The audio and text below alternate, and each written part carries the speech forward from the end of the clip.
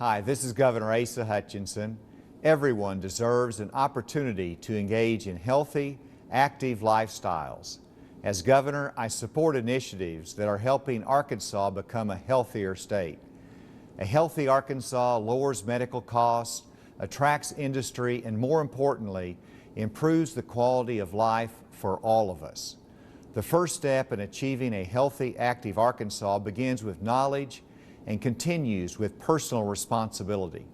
Together, Arkansas State University's College of Nursing and Health Professions and College of Media and Communication have teamed up to produce a series called Your State of Health. These programs will discuss the health issues facing our state and provide information on how you can take control of your health. Arkansas is a great place to live, work, and play. We can all be working together to help people to feel better about their lives, reduce health care costs, and be better as a state. Now let's start focusing on creating healthy, active lifestyle opportunities for everyone. Welcome to Your State of Health. I'm Kirsten Pierre-May. This is the first in a series of programs produced by the Arkansas State University College of Nursing and Health Professions and the College of Media and Communications that discusses health issues important to Arkansans. This issue focuses on nutrition, offering practical strategies to help people make healthy choices in their everyday life. A lifetime of healthy eating helps to prevent chronic disease like obesity, heart disease, hypertension, and diabetes. Arkansas does have high rates of many chronic diseases, especially obesity. The good news is that healthy eating is one of the most powerful tools we have to reduce the onset of disease. Everyone can learn to make informed choices about eating that improves their health and the health of their families. So how can people in Arkansas eat healthily? Good nutrition is an important step in reducing chronic disease, lowering healthcare costs, and improving the quality of health in our state. With me are three experts who will provide some valuable information on nutrition and practical strategies to help people make healthy choices in their food every day. Pam Towery is a dietetics program director and assistant professor of nutritional science at Arkansas State University. Dr. Karen Owl is a registered nurse, certified nurse educator, and assistant professor of nursing at Arkansas State University. And Belinda Norman is an advanced practice registered nurse, certified diabetic educator, and assistant professor of nursing at Arkansas State University. Welcome to the show. Thank you. Thank you. All Arkansans do have a role in encouraging easy, accessible, and affordable ways to support healthy eating habits, and that's what we'll be talking about today.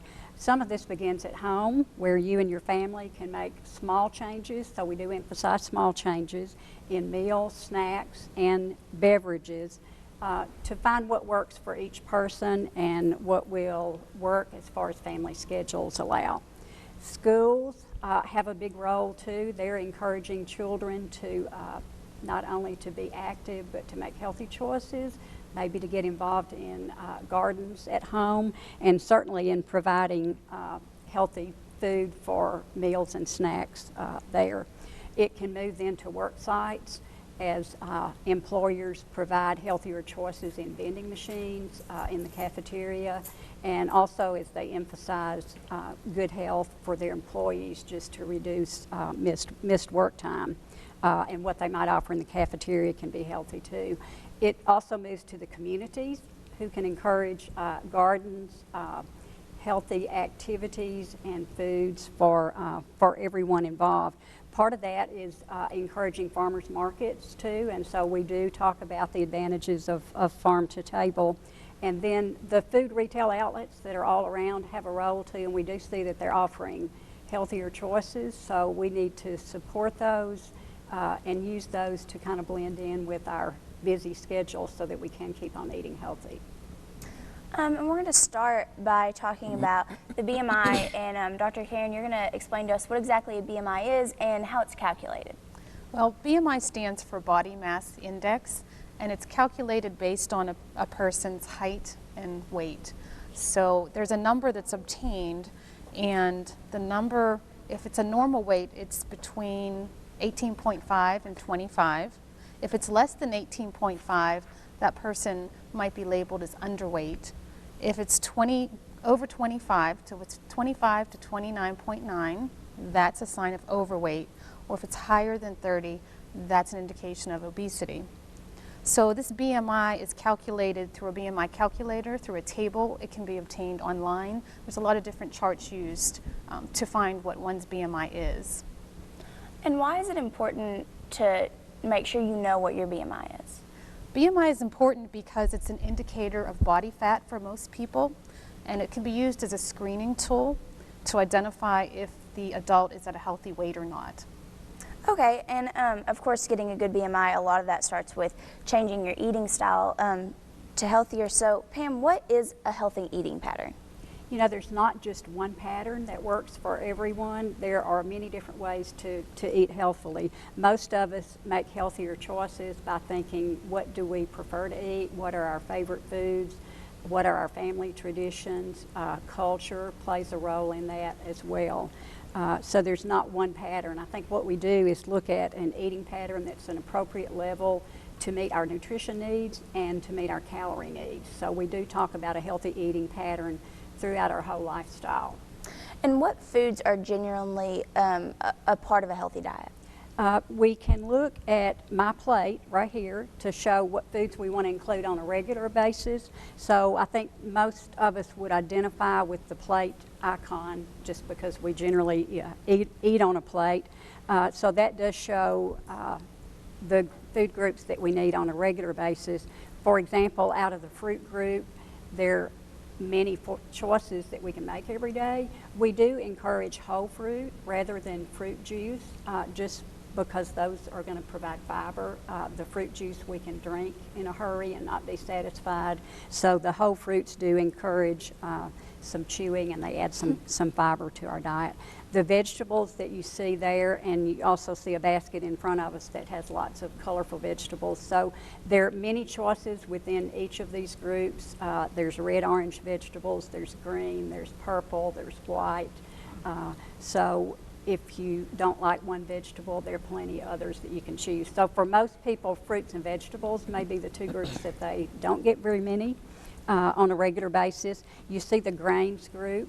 We do emphasize whole grains, which means that on the label, and we'll talk about reading the label too, that we would look for whole wheat or stone ground whole wheat. For protein foods, we encourage the lean proteins. You can choose animal foods. So you see 3 ounces of chicken on the plate there. So that's certainly a lean source. Beans and peas provide some good nutrition too. So people that would prefer to choose the plant sources.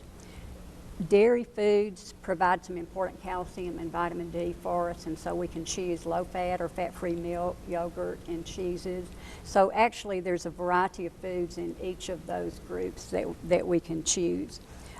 Oils and fats you don't actually see on that plate, but we know that we like the flavor that those add to our food, and also the calories can add up pretty quickly with that group, so we want to use small amounts, and that keeps us within our daily calorie needs. So I think one of the points of the plate is that we need a variety of foods every day. If I were to ask you if there's one food that gives us all the nutrients we need, there's not, and that's another reason that we need to choose a variety of foods there. Beverages count in that too. With a variety of foods that you take in these, you get the vitamins, the minerals, the protein, the carbohydrate, and the fat that you need. And so those are the nutrients that we're really looking for to include in a healthy eating pattern. And of course, it's not just what you eat, it's also how much you eat. So what are the right portions to eat of each of those food groups? That's always a challenging question, yes. This is probably one of the most important things to think about is how much do we eat. We want to eat a good mix of nutrition without over-consuming the calories that we need. Most people need to just choose smaller servings of what we eat, so we don't have to radically change our diet, but small changes by going to smaller portions. For instance, French fries, if that's one of your favorite foods, then instead of the large order, we could do the small order. So changing the size that you eat or changing how often you eat it. So you might go to 2 days a week for fast food instead of 5 or 6 days a week, and that can make a big difference in calories. So what we find is that all of our food choices and all of our beverage choices really do add up. Sometimes our favorite foods contribute more calories than what we realize, so we do have to be aware of portions. The other thing that changes in our families is that people have different calorie needs, and so children, adults, teenagers, older people in the family have different amounts that they need. So the portions vary based really on what our nutrition needs are. And what are the foods that have the highest calorie amounts that maybe we need to avoid or not eat as often? Yes, we'll be talking about added sugars and fats, so those are probably the two big groups. This delicious looking ice cream sundae here, and I think by the way that looks, that's real ice cream, it's not frozen yogurt. So that's a great example of added sugars. There's quite a bit of fat in real ice cream as well, and so the chocolate syrup on there makes it extra delicious. But for most people, cutting back on sweets and added sugars, it's a little bit hard to tell about natural sugars that occur in food. Added sugars we can pick up a little bit easier, and we'll be talking about some tips on how to read the label. I know one of the terms that's used a lot is nutrient dense. What does nutrient dense mean? Yes, you're looking for a high percentage of nutrients in the food compared to the calories that it contains. So if we look at the plate that's here, most of these are going to be natural foods. They're not processed. For the calories they provide, you're going to be getting a lot of nutrition. We see some vitamin C, some vitamin A, some good lean protein. We see fat-free milk. So all of those provide a moderate to low amount of calories based on the nutrition that you get. Okay, and of course to know what we need to be eating, we need to know what's in the food that we buy. So now we're going to talk about reading the food label, and Belinda, you're going to tell us how we read food labels when we're shopping. Yes, and every food other than fresh foods does have a food label. Mm-hmm. But when you're reading the food label, the first thing to do is always begin with the serving size. And it generally will tell you the amount per serving. But what's very tricky on most foods is that many times there are several servings per container. So this one, for example, has 2 servings when most people would use this one can as their one serving. Mm-hmm. So everything then on the label would have to be doubled. So the main thing is to look at the serving size and look at the servings per container. It's especially important with like drinks, and Pam mentioned earlier a lot of the drinks are very misleading, especially soft drinks. You can get a soft drink that many times will have serving size as a half a cup, but there are 2.5 servings in a soft drink. So a lot of hidden calories in those kind of things. The other thing is the calories, of course, as Pam alluded to in depth. But then you also want to make sure when somebody is on a calorie diet, and many, as she mentioned, people in families are on different calorie counts. Of course, somebody very active would need higher calories than someone who was a couch potato, say. So the calories are on the food label. After the calorie count, then it goes to the total fat. And the total fat actually indicates the grams per serving. Generally, the fat is broken down into saturated fat, trans fat, polyunsaturated, and monounsaturated. The trans fat, I'll talk about just a little bit more in a few minutes. The other thing is the saturated fat. Saturated fat is one of the most common things as being a leading cause of heart disease, and it raises the bad cholesterol and things of that nature. So saturated fats are one of those that we really want to try to limit the amount of.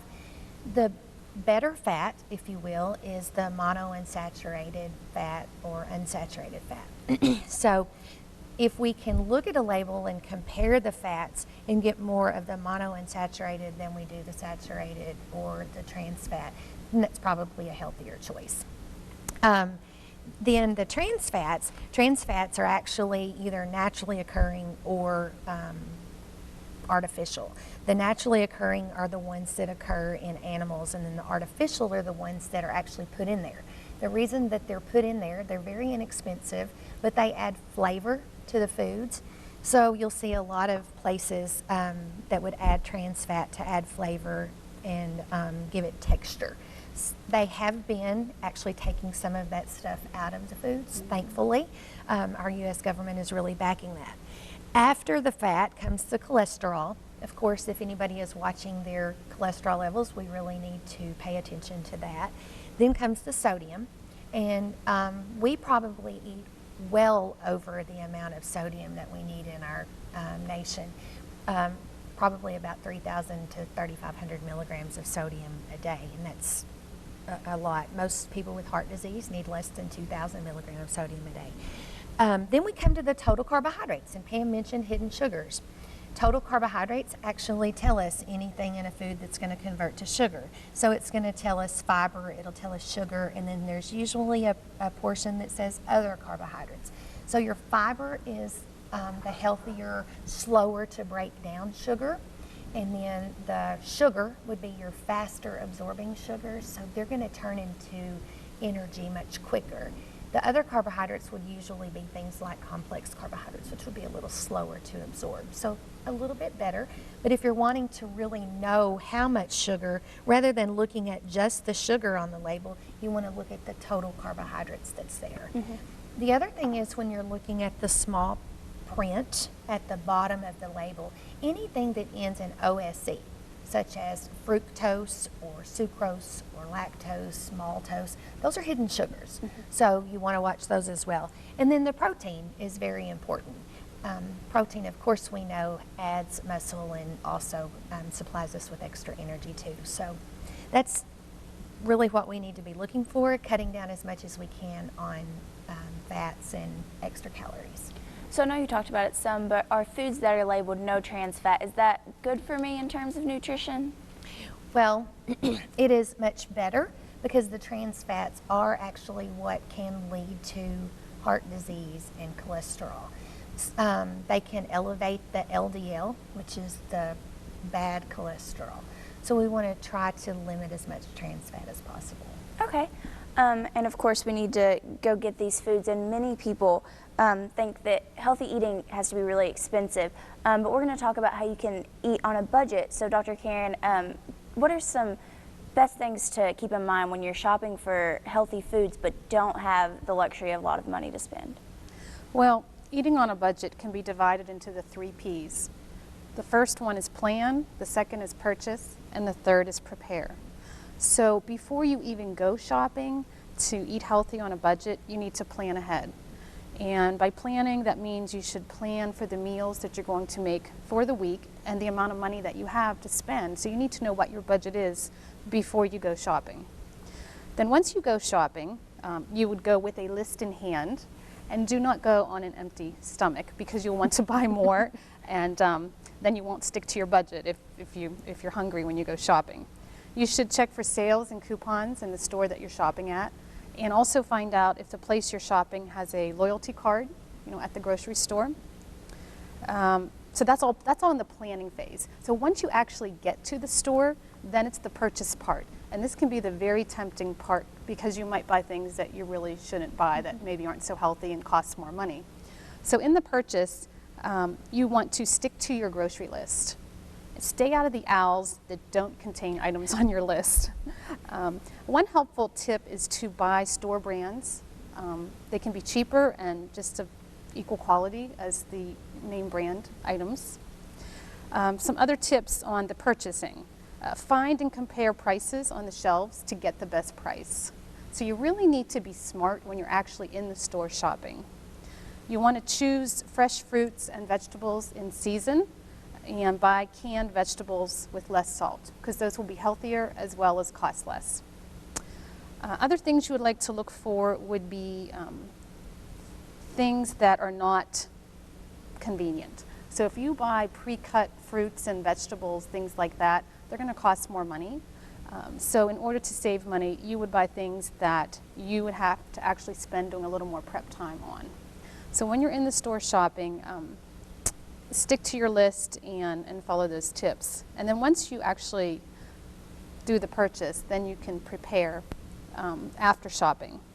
So whenever you are preparing your meals, prepare them in advance if you can. It's very easy to get off work and think, oh, I'm gonna get fast food for dinner. I don't know what we're having for dinner tonight. When actually, if you prepare ahead of time, you'll be able to maybe make something a little healthier for dinner. Some other things you can do, be creative. Maybe make a recipe that you can use the leftovers in a dinner for the next day. So there's just a lot of planning involved in making those choices. And like you said, we're frequently tempted to just eat out because it's easier. Can we eat out and still make healthy choices?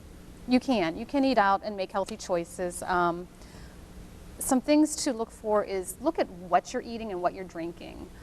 Whenever you're buying soft drinks, I mean, loaded with sugar, carbs, so consider your drink first. You would want to choose water or fat-free milk or low-fat milk, maybe unsweetened tea. I know sweet tea is pretty popular, but unsweetened tea would be a better choice. Another tip would be to maybe pick the salad.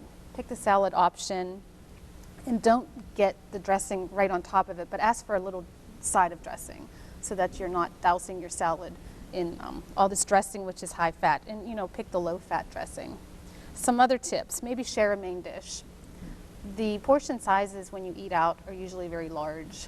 So you could either share it with somebody or just eat half of it and then get a to-go container and then take that with you. Some other tips, there's a whole lot of them here. Which is good. I feel like people eat out a lot, so that's good to know. That's right. Yeah. Pass on the buffet. Buffets really encourage you to eat a lot. If you pick choices on the menu that are steamed, grilled, or broiled, they have fewer calories than foods that are fried in oil or cooked in butter. And if you don't get the buffet, you'll just get one item instead of wanting to eat everything on the buffet. You should compare the calories, fat, and sodium, and many menus now contain that nutrition information. So you would want to look at the nutrition information and look for items that are lower in calories, lower in saturated fat, and sodium. And if you don't see them, you can check with your server because they should be available on the menu. Some other things to do, fill your plate with fruits and vegetables. And some items that would include that would be stir fries or kebabs or just vegetarian menu items that would have more vegetables in them. Select from the sides. When they ask you, order your main dish, and they say, what would you want for your sides? Perhaps pick the option that is more healthier, the vegetable option. Pack your snack. Whenever you're going out, and let's say you're not eating out at a restaurant, but maybe you're on your way home from work, pack a snack, pack something healthy so that you don't have to stop and get something that's unhealthy. So snack could be packed fruits, sliced vegetables, low-fat string cheese, unsalted nuts, anything like that for a road trip, or if you have a long commute, pack a snack instead of getting something unhealthy. And another important thing is, of course, to know what you're eating and know what you're doing. So we're going to talk a little bit about the importance of tracking your food and your activity. So why is that important for us? Well, tracking your activity is very important. Number one, it keeps you accountable. And I think when we see it on paper, many times we're less likely to cheat. But if we do happen to cheat once in a while, it's okay. And when we're tracking our progress, if we're able to see that we've done okay 3 or 4 days in a row, then hey, maybe I do deserve a little bit of a break. So the good thing is that we can track and we can keep ourselves accountable. The other thing is that when we're tracking, if we track our nutrition and track our activity at the same time, of course, it's very difficult to be healthy without doing a little bit of both. So we track our nutrition and we track our activity at the same time, so we can actually see the benefits. A lot of times when we lose weight, we get very discouraged because it takes a long time. But if we're seeing little benefits, we can see those on paper if we're tracking from day to day. And I know there's a lot out there, so how does a person find the right tracker for him or her? Well, there are a lot.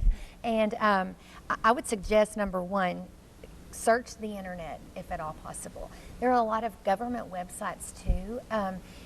We have a website, the My Plate, which actually is where the plate comes from. It actually has a tracking system on it as well.